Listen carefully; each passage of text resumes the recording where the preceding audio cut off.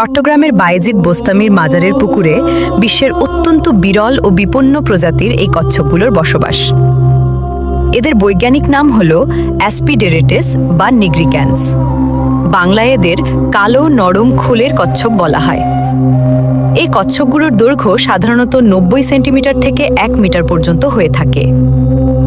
প্রাণীবিজ্ঞানী Anderson 1975 সালে ভারতের জাদুঘরে সংরক্ষিত 2টি নমুনা থেকে এই প্রজাতির সন্ধান পান, যা এই মাজারের পুকুর থেকেই সংগ্রহ করা হয়েছিল।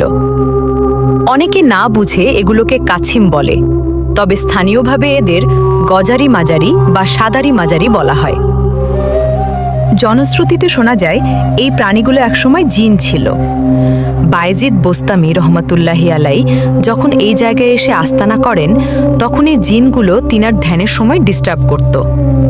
তখন তিনি আল্লাহর প্রদত্ত কারামত দিয়ে এই জিনগুলোকে কচ্ছপ প্রজাতির বিরল প্রাণী বানিয়ে পুকুরে রাখেন। সেই সময় থেকে বংশ পরম্পরায় তারা এই পুকুরেই অবস্থান করছে। দর্শনার্থীরা এদের কলা, পাউরুটি, মাংসসহ বিভিন্ন ধরনের খাবার খাওয়ান। কিছু দর্শনার্থী জানান তারা স্রেফ ভালো লাগা থেকে বা কৌতূহলবশত এই শতবর্ষী প্রাণীগুলোকে দেখতে এবং খাওয়াতে আসেন। সত্যি বলতে এটি এমন এক বিরল প্রজাতির প্রাণী যা শুধুমাত্র বাংলাদেশ ছাড়া পৃথিবীর আর কোথাও নাই।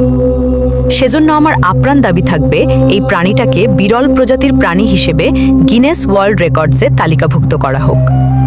বিশ্বকে জানান দেওয়া দরকার যে বাংলাদেশে এমন একটা প্রাণী আছে যা পৃথিবীর আর কোথাও নাই।